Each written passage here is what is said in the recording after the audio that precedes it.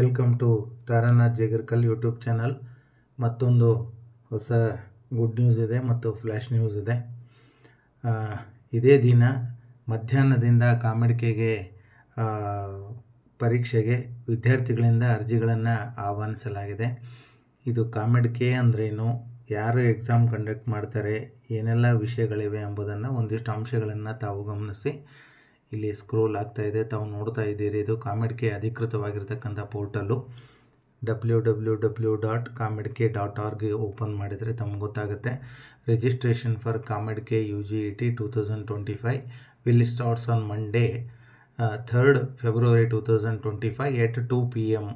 Visit this page frequently for updates ಅಂತಿದೆ. So ಇದೇ ದಿನ ಮಧ್ಯಾಹ್ನದಿಂದ ತಮಗೆ ಅರ್ಜಿಗಳನ್ನು ಆಹ್ವಾನಿಸಿದ್ದಾರೆ. ಈಗ ಏನಿದು ಕಾಮೆಡ್ಕೆ ಅಂತಕ್ಕಂಥದ್ದು ಒಂದೊಂದಾಗಿ ಒಂದಿಷ್ಟು ನೋಡೋಣ. ಇಲ್ಲಿ ಒಂದಿಷ್ಟು ಅಬೌಟ್ ಅಸ್ ಅಂತ ಇದೆ, ಅಬೌಟ್ ಕಾಮೆಡ್ಕೆ ಇದೆ. ತಾವು ಇದೆಲ್ಲವನ್ನು ಗಮನಿಸ್ಕೊಳ್ಬೇಕು. Consortium of medical engineering dental colleges of Karnataka COMEDK ಅಂತಿದೆ. ಅಂದರೆ ಕರ್ನಾಟಕದ engineering, architecture colleges, medical colleges ಮತ್ತು ಡೆಂಟಲ್ ಕಾಲೇಜಸ್ಗೆ ಹೇಗೆ ಸರ್ಕಾರದ ವತಿಯಿಂದ ಸರ್ಕಾರದ ಕೋಟದ ಸೀಟುಗಳನ್ನು ತೆಗೆದುಕೊಳ್ಳಲಿಕ್ಕೆ KA ವತಿಯಿಂದ ಕೌನ್ಸಿಲಿಂಗ್ ನಡೀತಿದೋ, ಮೆಡಿಕಲ್ಗಾದರೆ ನೀಟ್ ಎಕ್ಸಾಮಿನೇಷನ್ ಅಥಾರಿಟಿ NTAದವರು ಕಂಡಕ್ಟ್ ಮಾಡ್ತಾರೆ. ಅವರು ಒಂದು ಮೆರಿಟ್ ಸ್ಕೋರನ್ನು KAದವ್ರಿಗೆ ಕೊಡ್ತಾರೆ, KAದವರು ಕೌನ್ಸಿಲಿಂಗ್ ಮಾಡ್ತಾರೆ. ಇದು ಮೆಡಿಕಲ್ ಸೀಟಿಗೆ ಸಂಬಂಧಪಟ್ಟಂತೆ. ಇನ್ನು ರಾಜ್ಯದ ಇಂಜಿನಿಯರಿಂಗ್ ಸೀಟುಗಳಿಗೆ ಸಂಬಂಧಪಟ್ಟಂತೆ ನೇರವಾಗಿ KA ಈಗಾಗಲೇ CETಗೆ ಅರ್ಜಿಗಳನ್ನು ಆಹ್ವಾನಿಸಿದೆ. CETಯ ಪರೀಕ್ಷೆಯನ್ನು KAದವರು ಕಂಡಕ್ಟ್ ಮಾಡ್ತಾರೆ, ರಿಸಲ್ಟ್ ಕೊಡ್ತಾರೆ ಮತ್ತು ಕೌನ್ಸಿಲಿಂಗ್ ಅಥಾರಿಟಿ ಕೂಡ ಅದೇ ಆಗಿರ್ತದೆ. ಅದೇ ರೀತಿ ಒಂದು ಕಾಲೇಜಿನಲ್ಲಿ ಬೇರೆ ಬೇರೆ ಇಂಜಿನಿಯರಿಂಗ್ನ ಹಲವಾರು ಸ್ಟ್ರೀಮ್ಗಳಿರ್ತವೆ. ಪ್ರತಿ ಸ್ಟ್ರೀಮ್ಗೆ ಇರತಕ್ಕಂಥ ಒಟ್ಟಾರೆ ಸೀಟುಗಳಲ್ಲಿ 45% ಇವರಿಗೆ CETನವ್ರಿಗೆ ಆ ಸೀಟುಗಳನ್ನು ಬಿಟ್ಟು ಕೊಡಲೇಬೇಕು. ಉಳಿದಿರ್ತಕ್ಕಂಥ ಸೀಟುಗಳಲ್ಲಿ ಒಂದಿಷ್ಟು ಮ್ಯಾನೇಜ್ಮೆಂಟ್ ಸೀಟ್ ಇರ್ತವೆ, ಒಂದಿಷ್ಟು ಪೇಮೆಂಟ್ ಸೀಟುಗಳನ್ನಾಗಿ ಕನ್ವರ್ಟ್ ಮಾಡ್ಕೋತಾರೆ, ಒಂದಿಷ್ಟು NRI ಕೋಟದ ಸೀಟುಗಳಿರ್ತವೆ, ಒಂದಿಷ್ಟು ಸೀಟುಗಳು ಭಾಳ ಮುಖ್ಯವಾಗಿ ಅಂತಂದರೆ ಕಾಮೆಡ್ಕೆಗೆ ಸಂಬಂಧಪಟ್ಟಿರ್ತಕ್ಕಂಥ ಸೀಟುಗಳು. ಅಂದರೆ ಆ ಸೀಟುಗಳನ್ನು ಈವನ್ ಮೆಡಿಕಲ್ಗೆ ಸಂಬಂಧಪಟ್ಟಿದ್ದಾಗಿರ್ಬೋದು ಸೀಟು, ಅಥವಾ ಇಂಜಿನಿಯರಿಂಗ್ ಸಂಬಂಧಪಟ್ಟಿದ್ದಾಗಿರ್ಬೋದು, ಆ ಸೀಟುಗಳನ್ನು ಕಾಮೆಡ್ಕೆದವರು ಫಿಲಪ್ ಮಾಡ್ತಾರೆ ಕರ್ನಾಟಕದಲ್ಲಿ. ಹಾಗಾದರೆ ಕಾಮೆಡ್ಕೆ ಅಂತಂದರೆ consortium of medical engineering and dental colleges of Karnataka. So ಇದಿಷ್ಟು ಕಾಮೆಡ್ಕೆಗೆ ಬಂದಿರತಕ್ಕಂಥದ್ದು. ಇನ್ನು ಎಕ್ಸಾಮ್ 2025 ಬಗ್ಗೆ ನಾವು ನೋಡ್ತಾ ಹೋಗೋಣ. ಅಬೌಟ್ ಎಕ್ಸಾಮ್ 2025 ಅಂತಿದೆ. ಇಲ್ಲೊಂದಿಷ್ಟು ಎಲಿಜಿಬಿಲಿಟಿ ಕ್ರೈಟೀರಿಯಾ ಇದೆ. ಅದಕ್ಕೂ ಮೊದಲು 2025 ಮತ್ತು 26ನೇ ಸಾಲಿಗೆ ಕಾಮೆಡ್ಕೆದಲ್ಲಿ ಅರ್ಜಿಗಳನ್ನು ಕರೆದಿರೋದು ಕರ್ನಾಟಕದ ರಾಜ್ಯಾದ್ಯಂತ ಇರತಕ್ಕಂಥ ಸುಮಾರು 190 ಇಂಜಿನಿಯರಿಂಗ್ ಕಾಲೇಜುಗಳಲ್ಲಿ ಈ ಸಾಲಿನ ಪ್ರವೇಶಾತಿ ಸಲುವಾಗಿ ಅರ್ಜಿಗಳನ್ನು ಆಹ್ವಾನಿಸ್ತಾ ಇದ್ದಾರೆ. ಅದರ ಜೊತೆಗೆ ಒಟ್ಟಾರೆ ಇದು exam all India level open competition exam ಇರೋದರಿಂದ ಆಲ್ ಇಂಡಿಯಾ ಲೆವೆಲ್ ಇರತಕ್ಕಂಥ ಎಲ್ಲ ವಿದ್ಯಾರ್ಥಿಗಳು ಕೂಡ ಈ ಪರೀಕ್ಷೆಯನ್ನು ತೆಗೆದುಕೊಳ್ತಾರೆ. ಸೊ ಕಾಂಪಿಟೇಷನ್ನು ಜೊತೆಯಾಗಿ ಭಾರತದ ಎಲ್ಲ ರಾಜ್ಯಗಳಲ್ಲಿಂದ ವಿದ್ಯಾರ್ಥಿಗಳು ಈ ಪರೀಕ್ಷೆಯನ್ನು ಬರೀತಾ ಇರ್ತಾರೆ. ಇನ್ನು ಆಲ್ ಓವರ್ ಇಂಡಿಯಾದಲ್ಲಿ ಒಂದೇ ದಿನಕ್ಕೆ 400 ಸೆಂಟರ್ಗಳಲ್ಲಿ ಈ ಇಂಜಿನಿಯರಿಂಗ್ ಪ್ರೋಗ್ರಾಮ್ಸ್ಗೆ ಸಂಬಂಧಪಟ್ಟಂತೆ ಎಕ್ಸಾಮ್ಗಳು ನಡೀತವೆ. ಇಂಜಿನಿಯರಿಂಗ್ಗೆ ಸಂಬಂಧಪಟ್ಟಂತೆ 20,000 ಸೀಟುಗಳಿಗಾಗಿ 20,000 ಸೀಟುಗಳಿರ್ತವೆ. ಆ ಸೀಟುಗಳನ್ನು ಕಾಮೆಡ್ಕೆ ಮೂಲಕನೇ ಫಿಲಪ್ ಮಾಡ್ತಾರೆ. ಸೊ ಹಾಗಾಗಿ ಇದು ಕಾಮೆಡ್ಕೆ ಎಕ್ಸಾಮಿನೇಷನ್ನು. ಒಂದು ನೆನಪಿರಲಿ, ಯಾರೆಲ್ಲ ಈ ಕಾಮೆಡ್ಕೆ ಎಕ್ಸಾಮಿನೇಷನ್ ಬರಿಬೋದು ಅನ್ನೋದಕ್ಕೆ, ಯಾರೆಲ್ಲ CET ಎಕ್ಸಾಮ್ನ ಬರಿತೀರೋ ಅವರೆಲ್ಲರೂ ಕೂಡ ಇದನ್ನು ಬರಿಬೋದು. ಆದರೆ CETಯಲ್ಲಿ ನಿಮಗೆ ಇಂಜಿನಿಯರಿಂಗ್ ಸೀಟು ಅಥವಾ ಮೆಡಿಕಲ್ ಸೀಟು ತಮಗೆ ಅಲಾಟ್ ಆದರೆ ಗೌರ್ಮೆಂಟ್ ಕೋಟಾದ ಫೀಸ್ನಲ್ಲಿ ಅಲಾಟ್ ಆಗ್ತದೆ. ಹೇಗೆ ಇಂಜಿನಿಯರಿಂಗ್ನಲ್ಲಿ ಮ್ಯಾನೇಜ್ಮೆಂಟ್ ಕೋಟಾ ಅಂತ ಇರ್ತದೆ, ಇದರಲ್ಲಿ ಕಾಮೆಡ್ಕೆ ಕೋಟಾಕ್ಕೆ ಇಷ್ಟು ಸೀಟು, ಒಂದು ಸೀಟಿಗೆ ಇಷ್ಟು ಹಣ ಅಂಥೇಳಿ ನಂತರದ ದಿನಗಳಲ್ಲಿ ಸರ್ಕಾರದವರು ಒಂದು ಫಿಕ್ಸ್ ಮಾಡ್ತಾರೆ. ಅಷ್ಟು ಅಮೌಂಟನ್ನು ತಾವು ಟ್ಯೂಷನ್ ಫೀ ಆಗಿ ಕೊಟ್ಟು ಅಡ್ಮಿಷನನ್ನು ದಾಖಲಾತಿಯನ್ನು ತೊಗೋಬೇಕು. ಕೇವಲ ಟ್ಯೂಷನ್ ಫೀ ಇರೋದಿಲ್ಲ, ಟ್ಯೂಷನ್ ಫೀ ಇರ್ತದೆ, ಯೂನಿವರ್ಸಿಟಿ ಫೀಸ್ ಇರ್ತದೆ, ಸ್ಕಿಲ್ ಆ್ಯಪ್ ಫೆಸಿಲಿಟಿ ಅಂತ ಇರ್ತದೆ, ಹಲವಾರು ಫೀಸ್ಗಳು ಸೇರ್ತವೆ. ಫಾರ್ ಎಕ್ಸಾಂಪಲ್ ನಾನು ಹೇಳೋದೇ ಆದರೆ, ಕಳೆದ ಸಾಲಿನಲ್ಲಿ ಸುಮಾರು 90,000, 95,000ದಿಂದ 1,15,000ವರೆಗೆ CETಗೆ ಬರೆದು ಗೌರ್ಮೆಂಟ್ ಕೋಟಾದಲ್ಲಿ ಅರ್ಹತೆಯನ್ನು ಗಳಿಸಿ ಪ್ರವೇಶ ಪಡೆದಿರೋ ವಿದ್ಯಾರ್ಥಿಗಳಿಗೆ ಅಮೌಂಟ್ ಇತ್ತು, ಅಷ್ಟು ಫೀಸ್ ಇತ್ತು. ಅದೇ ಸಂದರ್ಭದಲ್ಲಿ ನಾವು ಇಲ್ಲಿ ಕನ್ಸಿಡರ್ ಮಾಡಿಕೊಂಡ್ರೆ ಕಾಮೆಡಿಕೆದಲ್ಲಿ ಸುಮಾರು 2,80,000 autonomous colleges, top 10 colleges, engineering colleges ರಾಜ್ಯದಲ್ಲಿರೋವು, RV university, BMSC college, BIT college, NIE Mysuru, Siddaganga institute of technology Tumakuru, ಇವೆಲ್ಲವೂ ಟಾಪ್ 10ನಲ್ಲಿ ಬರ್ತದೆ. ನಿಟ್ಟಿ ಮೀನಾಕ್ಷಿ, ಇವೆಲ್ಲವೂ ಟಾಪ್ 10ನಲ್ಲಿ ಬರತಕ್ಕಂಥ ಕಾಲೇಜುಗಳು. ಇವು 2,80,000 ಫೀಸ್ ಕಳೆದ ಸಾಲಿನಲ್ಲಿ ಅಡ್ಮಿಷನ್ಗೆ ಇತ್ತು. ಈ ಸಾಲಿನಲ್ಲಿ ಆ ಫೀಸನ್ನು ಮತ್ತೆ ರಿವೈಸ್ ಮಾಡ್ತಾರೆ. ಇದು ಏತಕ್ಕಾಗಿ ಅಂತ ನಾವು ಕೂಡ ಅರ್ಜಿಗಳನ್ನು ಸಲ್ಲಿಸಬೇಕು ಅಂದರೆ, ಯಾವುದಕ್ಕಾಗಲಿ ಒಂದು ಬ್ಯಾಕಪ್ ಇರೋದು ಒಳ್ಳೆಯದು. ಕಳೆದ ಸಾಲಿನಲ್ಲಿ CET ಪರೀಕ್ಷೆಯಲ್ಲಿ ಏನೆಲ್ಲ ಅಧ್ವಾನಗಳಾದವು, ಏನೆಲ್ಲ ಔಟ್ ಆಫ್ ಸಿಲೆಬಸ್ ಕ್ವಶನ್ಸ್ಗಳು ಬಂದವು, ಆ ಬರೆದಿರ್ತಕ್ಕಂಥ ವಿದ್ಯಾರ್ಥಿಗಳಿಗೆ ಎಷ್ಟು ಭ್ರಮನಿರಸನ ಆಯಿತು, ರ್ಯಾಂಕ್ ಎಲ್ಲ ಎಷ್ಟು ಚೇಂಜ್ ಆಯಿತು. ಸೊ ಆದ್ದರಿಂದ ಯಾರೆಲ್ಲ ಕಾಮೆಡಿಕೆ ಬರೆದಿದ್ರು ಒಳ್ಳೊಳ್ಳೆ ಕಾಲೇಜುಗಳಿಗೆ ಹೋಗ್ಲಿಕ್ಕೆ ಅವಕಾಶಗಳಿರ್ತದೆ.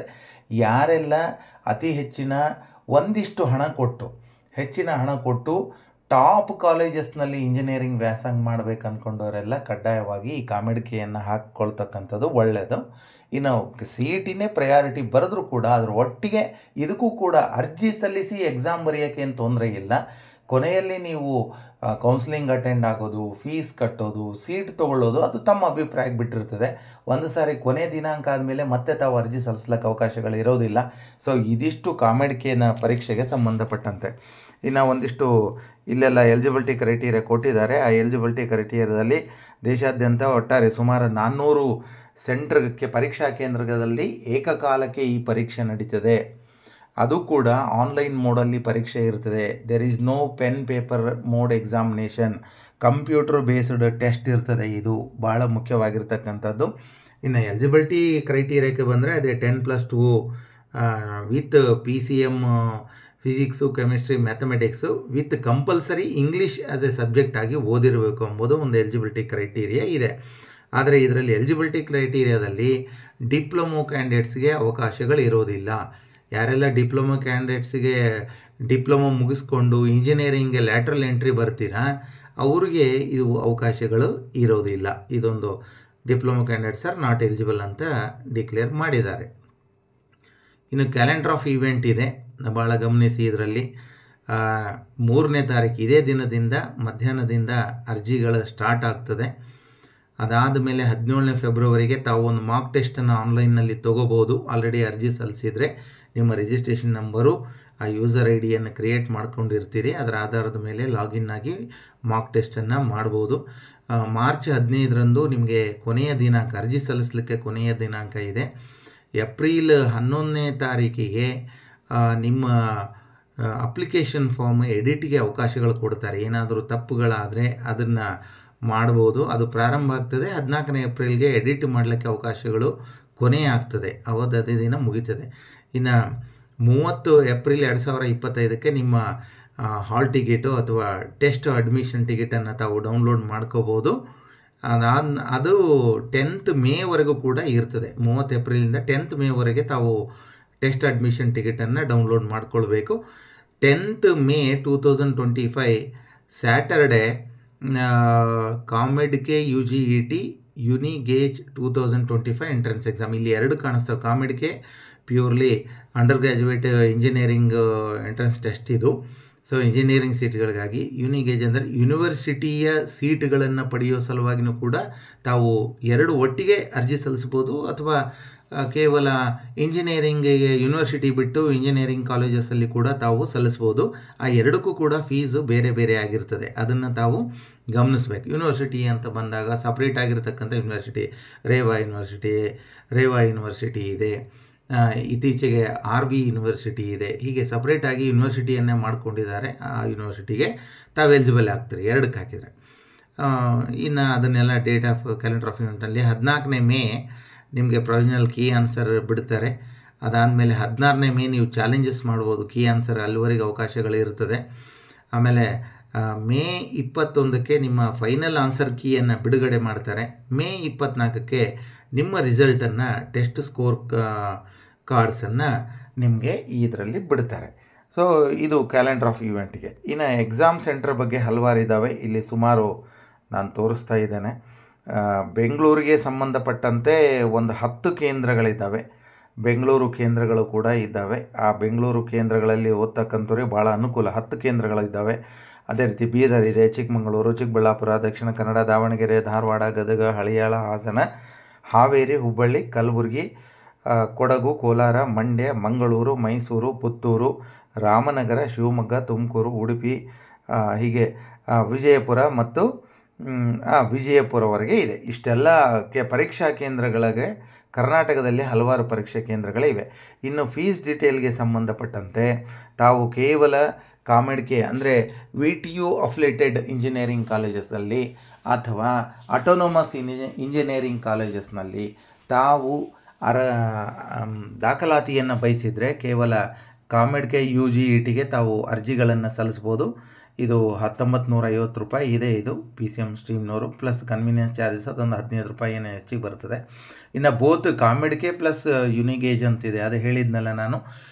ಆಟೋನೋಮಸ್ಸು VTU ಅಫಿಲೇಟೆಡ್ ಇಂಜಿನಿಯರಿಂಗ್ ಕಾಲೇಜಿನಲ್ಲಿ ಅಡ್ಮಿಷನ್ ಪಡಿಬೋದು. ಜೊತೆಗೆ ಯೂನಿವರ್ಸಿಟಿ ಪ್ರತ್ಯೇಕವಾಗಿರ್ತಕ್ಕಂಥ ಯೂನಿವರ್ಸಿಟಿಯಲ್ಲಿ ತಮಗೆ ಸೀಟ್ ಬೇಕಂದಾಗ 3500 ರೂಪಾಯಿಗಳ ಫೀಸನ್ನು ತಾವು ಕಟ್ಟಬೇಕು. ತಮಗೆ ಆ ಫೀಸ್ ಕಟ್ಟಬೇಕಾಯ್ತಂದರೆ ಕಾರ್ಡ್ ಸಿಸ್ಟಮು ಇದೆ, ನೆಟ್ ಬ್ಯಾಂಕಿಂಗು ಇದೆ, ಬೇರೆ ಬೇರೆ ಎಲ್ಲ ಕನ್ವೀನಿಯನ್ಸು ಅವಕಾಶ ಮಾಡಿಕೊಟ್ಟಿದ್ದಾರೆ.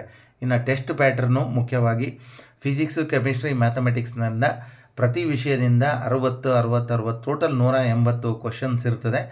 MCQ ಇರ್ತದೆ. ಇದು 10th ಮೇ 2025 ಎಕ್ಸಾಮು ನಡೀತದೆ. Each correct answer will awarded 1 mark. There will no negative marking for wrong answer. ಇದು ಭಾಳ ಇಂಪಾರ್ಟೆಂಟು. ನೀವು ಯಾವುದೇ ರಾಂಗ್ ಆನ್ಸರ್ ಮಾಡಿದರೆ ನಿಮಗೆ ನೆಗೆಟಿವ್ ಮಾರ್ಕ್ಸ್ ಇರೋದಿಲ್ಲ. ಇನ್ನು ಸಿಲೆಬಸ್ ಫಾರ್ ಕಾಮೆಡ್ಕೆ ಅಂತಿದೆ. ಇಲ್ಲಿ 11th ಸ್ಟ್ಯಾಂಡರ್ಡಲ್ಲಿ PUC ಫಸ್ಟ್ ಇಯರ್ ಓದಿರ್ತಕ್ಕಂಥ ಸಿಲೆಬಸ್ಸು 33% 33% ಬರ್ತದೆ. 12th ಓದಿರ್ತಕ್ಕಂಥ ಸಿಲೆಬಸ್ಸು 67% ಬರ್ತದೆ. ಇಲ್ಲಿ ಫಿಸಿಕ್ಸು, ಕೆಮಿಸ್ಟ್ರಿ ಮತ್ತು ಮ್ಯಾಥಮೆಟಿಕ್ಸಿಗೆ ಸಂಬಂಧಪಟ್ಟಂತೆ ತಾವು ವೆಬ್ ಪೋರ್ಟಲ್ಗೆ ಭೇಟಿ ಕೊಟ್ಟರೆ ಅಲ್ಲಿ ಡಿಟೇಲ್ ಆದ ಸಿಲೆಬಸ್ ಕೂಡ ತಮಗೆ ನೀಡಿದ್ದಾರೆ, ತಾವು ನೋಡ್ಕೊಳ್ಬೋದು. ಇನ್ನು ಚೇಂಜು, ರಿಕ್ವೆಸ್ಟು, ಎಡಿಟಿಂಗಿಗೆಲ್ಲ ಅವಕಾಶಗಳು ಇದ್ದಾವೆ ಅಂತ ಹೇಳಿದ್ದಾರೆ. ಅದು 11th ಏಪ್ರಿಲ್ 2025 ಮಧ್ಯಾಹ್ನ 3ರಿಂದ 14ನೇ ಏಪ್ರಿಲ್ ಮಧ್ಯಾಹ್ನ 2 ಗಂಟೆವರೆಗೆ ನೀವು ಅಪ್ಲಿಕೇಶನ್ ಹಾಕಿದ್ದು ಏನಾದರೂ ಕರೆಕ್ಷನ್ಸು, ಎಡಿಟು, ರಾಂಗ್ ಏನಾದರೂ ಇದ್ದರೂ ಕೂಡ ತಾವಲ್ಲಿ ಮಾಡ್ಬೋದು. ಇನ್ನು ಮಾರ್ಕ್ ಟೆಸ್ಟ್ ಈಗಾಗಲೇ ಹೇಳಿದಾಗೆ ನೀವು ಒನ್ಸ್ ಸಬ್ಮಿಟ್ ಆದಮೇಲೆ ನೀವು ಮಾರ್ಕ್ ಟೆಸ್ಟಿಗೆ ಒಂದು ಸಬ್ ಟ್ಯಾಬ್ ಇರ್ತದೆ, ಅದನ್ನು ಕ್ಲಿಕ್ ಮಾಡಬೇಕು. ಅದಾದಮೇಲೆ ನಿಮ್ಮ ಯೂಸರ್ ನೇಮು ಮತ್ತು ಪಾಸ್ವರ್ಡ್ ಅದನ್ನೆಲ್ಲ ಹಾಕಿ ಲಾಗಿನ್ ಆಗಿ ಜನರಲ್ ಇನ್ಸ್ಟ್ರಕ್ಷನ್ ಎಲ್ಲ ಓದ್ಕೊಂಡು ನೆಕ್ಸ್ಟ್ ಬಟನ್ಗೆ ಹೋಗಿ ಚೆಕ್ ಬಾಕ್ಸಿಗೆ ಹೋಗಿ ನೀವು ಮಾರ್ಕ್ ಟೆಸ್ಟನ್ನು ಪ್ರಾರಂಭ ಮಾಡ್ಬೋದು. ಇನ್ನು ಭಾಳ ಇಂಪಾರ್ಟೆಂಟು ಏನೆಲ್ಲ ಅಪ್ಲೋಡ್ ಮಾಡಬೇಕು ಎಂಬುದಿದೆ. ಡಾಕ್ಯುಮೆಂಟ್ಸ್ ಟು ಬಿ ಅಪ್ಲೋಡೆಡ್ ಅಂತಿದೆ. ಇದನ್ನೆಲ್ಲ ಒಂದಿಷ್ಟು ಗೈಡ್ಲೈನ್ಸ್ ಇದ್ದಾವೆ. ಫಸ್ಟ್ ನಿಮ್ಮ ಫೋಟೋಗ್ರಾಫ್ ಬೇಕು, ನೆನ್ಪಿಟ್ಕೊಳ್ಳಿ. ಈ ಫೋಟೋಗ್ರಾಫಲ್ಲಿ 80 KB ಒಂದು ಇದರಲ್ಲಿ 80 KB ಸೈಜ್ನಲ್ಲಿ ಇರ್ತಕ್ಕಂಥ JPEG ಫಾರ್ಮ್ಯಾಟ್ನಲ್ಲಿ ನಿಮ್ಮ ಫೋಟೋ ಬೇಕಾಗ್ತದೆ. Colour photograph with light background ಅಂತಿದೆ, ಅದು ವೈಟ್ ಅಂತೂ ಇಲ್ಲ. ಆಮೇಲೆ ಸಿಗ್ನೇಚರ್ ಬೇಕು, ವಿದ್ಯಾರ್ಥಿ ಸಿಗ್ನೇಚರ್ ಕೂಡ JPEG ಫಾರ್ಮ್ಯಾಟ್ನಲ್ಲಿ 80 KB ಅಳತೆಯಲ್ಲಿ ಆಗಿರಬೇಕು. ಇದ್ರ ಜೊತೆಗೆ ಪೇರೆಂಟ್ ಸಿಗ್ನೇಚರ್ ಬೇಕಾಗ್ತದೆ. ಪೇರೆಂಟ್ ಮತ್ತು ಗಾರ್ಡಿಯನ್ ಕಂಪಲ್ಸರಿ ಬೇಕು. ಒಂದು ವೈಟ್ ಪೇಜಸ್ಸಲ್ಲಿ ಅವರ ಬ್ಲ್ಯಾಕ್ ಅಥವಾ ಬ್ಲೂ ಪೆನ್ನಿಂದ ಸಿಗ್ನೇಚರ್ ಮಾಡಿರೋದು. ಇದರದ್ದು ಅಳತೆ 160 KB ಮತ್ತು JPEG ಫಾರ್ಮೆಟ್ನಲ್ಲಿ ಮಾಡಿ ಅದನ್ನು ಸ್ಕ್ಯಾನ್ ಮಾಡಿ ಇಟ್ಕೊಂಡಿರ್ಬೇಕು. ಇನ್ನು ಯುನಿಕ್ ID ಪ್ರೂಫ್ ಬೇಕು, ಅರ್ಜಿದಾರರದು ಮತ್ತು ಅವ್ರದ್ದು ಪೇರೆಂಟ್ಸ್ದು. ಯುನಿಕ್ ID ಅಂದಾಗ ಯೂಶ್ವಲಿ ತಮ್ಮ ಆಧಾರ್ ಕಾರ್ಡನ್ನು ತಾವು ಆ್ಯಸ್ ಎ ಯುನಿಕ್ ID ಆಗಿ ಸರ್ಕಾರ ನೀಡಿರ್ತಕ್ಕಂಥದ್ದು ಒಂದು ಯುನಿಕ್ ID ಅದನ್ನು ಅಪ್ಲೋಡ್ ಮಾಡ್ಬೋದು. ಮ್ಯಾಕ್ಸಿಮಮ್ ಫೈಲ್ ಸೈಜ್ ಕೂಡ ಇಲ್ಲಿ 160 KB ಇದೆ JPEG ಫಾರ್ಮೆಟ್ನಲ್ಲಿ, ಅಥವಾ PDF ಮೋಡಲ್ ಫಾರ್ಮೆಟ್ನಲ್ಲಿ ಕೂಡ ಇದನ್ನು ಇರ್ಬೋದು. ಇನ್ನು ಭಾಳ ಮುಖ್ಯವಾಗಿ ಅಂತಂದರೆ SSLC ಅಂಕಪಟ್ಟಿ ಇರಬೇಕು. ಮ್ಯಾಕ್ಸಿಮಮ್ 160 KB ಅಳತೆ JPEG ಫಾರ್ಮೆಟ್ ಮಾತ್ರ ಇದನ್ನು ಅಪ್ಲೋಡ್ ಮಾಡಬೇಕು. ಇನ್ನು ಎಲ್ಲವೂ ಫಾರ್ಮ್ಯಾಟ್ಗಳನ್ನು ಕೂಡ ಇಲ್ಲಿ ಏನು ಹೇಳಿದ್ದಾರೆ ಅಂತಂದರೆ ಅಪ್ಲೋಡೆಡು ಇನ್ನು ವರ್ಟಿಕಲ್ ಫಾರ್ಮೆಟ್ನಲ್ಲಿ, ವರ್ಟಿಕಲ್ ಪೊಸಿಷನ್ನಲ್ಲಿ ಅಂದರೆ ನೇರವಾಗಿ ನಮ್ಮ ಕಂಬ ಸಾಲಿನಲ್ಲಿ ಅಂದರೆ ನೇರವಾಗಿ ಭಂಗಿಯಲ್ಲಿ ಅದನ್ನು ಅಪ್ಲೋಡ್ ಮಾಡಬೇಕು, ಅಡ್ಡ ಅಳತೆಯಲ್ಲಿ ಮಾಡಬಾರ್ದು. ಇನ್ನು KKR ಮತ್ತು HKR ಸರ್ಟಿಫಿಕೇಟ್ ಭಾಳ ಇಂಪಾರ್ಟೆಂಟು. ಕಾಮೆಡ್ಕೆ ಪರೀಕ್ಷೆ ಬರೆದು ಒಳ್ಳೆ ಕಾಲೇಜನ್ನು ಪಡಿಬೇಕಂದ್ರೆ ಕಲ್ಯಾಣ ಕರ್ನಾಟಕ ಭಾಗದ ವಿದ್ಯಾರ್ಥಿಗಳಿಗೆ 101% ಬೆನಿಫಿಟ್ ಇರ್ತದೆ. ಅತ್ಯಂತ ರಾಜ್ಯದ ಪ್ರತಿಷ್ಠಿತ ಅತ್ಯುತ್ತಮ ಟಾಪ್ ಇಂಜಿನಿಯರಿಂಗ್ ಕಾಲೇಜಿನಲ್ಲಿ ಪ್ರವೇಶ ಪಡೆಯಲಿಕ್ಕೆ ಅವಕಾಶ ಇರತಕ್ಕಂಥದ್ದು ಕಲ್ಯಾಣ ಕರ್ನಾಟಕ ಭಾಗದ ವಿದ್ಯಾರ್ಥಿಗಳು ನೆನಪಿಡಿ. ಸೊ ಅವರು ಅನೆಕ್ಸೂರ್ ಎ ಮತ್ತು ಬಿ ಸರ್ಟಿಫಿಕೇಟ್ಗಳನ್ನು 160 KB ಸೈಜ್ನಲ್ಲಿ JPEG ಫಾರ್ಮ್ಯಾಟ್ನಲ್ಲಿ ಕಡ್ಡಾಯವಾಗಿ ಅಪ್ಲೋಡ್ ಮಾಡಬೇಕು. ಇನ್ನು SC ST OBC ವಿದ್ಯಾರ್ಥಿಗಳು ತಮ್ಮ ಒಂದು ಕ್ಯಾಸ್ಟ್ ಸರ್ಟಿಫಿಕೇಟ್ಗಳನ್ನು JPEG ಫಾರ್ಮ್ಯಾಟ್ನಲ್ಲಿ 160 KB ಅಳತೆಯೊಂದಿಗೆ ಮಾಡಬೇಕು. ಇನ್ನು ಕರ್ನಾಟಕ ಡೊಮಿಸೈಲ್ ಸರ್ಟಿಫಿಕೇಟ್ ಕ್ಯಾಂಡಿಡೇಟ್ ಅಂತಂದರೆ ಇದು ಕೇವಲ ಯಾರು ಕನ್ನಡಿಗರಾಗಿರ್ತಾರೆ ಅವರಿಗೆ ಸಂಬಂಧಪಟ್ಟಿರ್ತಕ್ಕಂಥ ಒಂದು ವಾಸಸ್ಥಳದ ಪ್ರಮಾಣ ಪತ್ರ. ಇದು ಕೇವಲ ಕರ್ನಾಟಕ ರಾಜ್ಯದ ವಿದ್ಯಾರ್ಥಿಗಳಿಗೆ ಮಾತ್ರ. ಫಿಲ್ಲಿಂಗ್ ಅಪ್ಲಿಕೇಶನ್ ಫಾರ್ಮ್ ಇದೆ, ಇಲ್ಲೊಂದಿಷ್ಟು ಎಲ್ಲ ಡಿಟೇಲ್ ಆಗಿರ್ತಕ್ಕಂಥದ್ದಿದೆ, ಏನೆಲ್ಲ ಮಾಡಬೇಕು ಅಂತಕ್ಕಂಥದ್ದಿದೆ, ತಾವು ಕೂಡ ಅದನ್ನು ಗಮನಿಸಿ. ಇದಾದ ಮೇಲೆ ಇನ್ನು standard operating system for examination ಇದೆ, ಏನೆಲ್ಲ ಎಕ್ಸಾಮ್ನಲ್ಲಿ ಇದು ಮಾಡ್ತೇವೆ ಅಂತ. ಆಮೇಲೆ ಇನ್ಸ್ಟ್ರಕ್ಷನ್ ಫಾರ್ ಕಾಮೆಡಿಕೆ ಎಕ್ಸಾಮ್ ಇದೆ, ಥಿಂಗ್ಸ್ ಅಲೌಡ್ ಇನ್ ಎಕ್ಸಾಮ್ ಇದೆ, ಏನೆಲ್ಲ ಒಯ್ಬೋದು ತಾವು ಅಂತಕ್ಕಂಥದ್ದು, ಇಷ್ಟೆಲ್ಲ ಮಾಹಿತಿಗಳು ಇದ್ದಾವೆ. ಸೊ ದಯವಿಟ್ಟು ತಾವು ಮರೆಯದೆ ಬ್ಯಾಕಪ್ಪಿಗಿರಲಿ, ಕಡ್ಡಾಯವಾಗಿ ಹಾಕಿ. ಅದಾದ ಮೇಲೆ ತಾವು ಬೇಕಿದ್ದರೆ ಮುಂದೆ ನಿರ್ಧಾರ ಮಾಡ್ಬೋದು, ನಾವು ಅಡ್ಮಿಷನ್ ತೊಗೋಬೋದಾ ಬೇಡ ಅಂಥೇಳಿ. ಇನ್ನು ಏನೆಲ್ಲ ಎಷ್ಟು ಕಾಲೇಜಸ್ ಇದರಲ್ಲಿ ಭಾಗವಹಿಸ್ತವೆ ಅನ್ನೋದಕ್ಕೆ ಇಲ್ಲಿ ಹಲವಾರು ಒಂದಿಷ್ಟು ಮಾಹಿತಿ ಇದೆ. ಇಂಜಿನಿಯರಿಂಗ್ ಕಾಲೇಜಸ್ಸು ಇದರಲ್ಲಿ ಭಾಗವಹಿಸ್ತವೆ, ಆರ್ಕಿಟೆಕ್ಚರ್ ಕಾಲೇಜಸ್ ಇದ್ದಾವೆ, ಮೆಡಿಕಲ್ ಕಾಲೇಜಸ್ ಇದ್ದಾವೆ ಮತ್ತು ಡೆಂಟಲ್ ಕಾಲೇಜಸ್ ಇದ್ದಾವೆ. ಈಗ ನೀವು ಇಂಜಿನಿಯರಿಂಗ್ ಕಾಲೇಜಸ್ ಹೋದರೆ ಟಾಪ್ ಹಿಡ್ಕೊಂಡು ಟೋಟಲ್ 212 ಕಾಲೇಜಸ್ಸು ಈ ಕಾಮೆಡಿಕೆಯಲ್ಲಿ ಭಾಗವಹಿಸ್ತವೆ. ಬಹಳ ಮುಖ್ಯವಾಗಿರ್ತಕ್ಕಂಥ ಸಂಗತಿ ಇದು ಇಂಜಿನಿಯರಿಂಗ್ ಸಂಬಂಧಪಟ್ಟಂತೆ.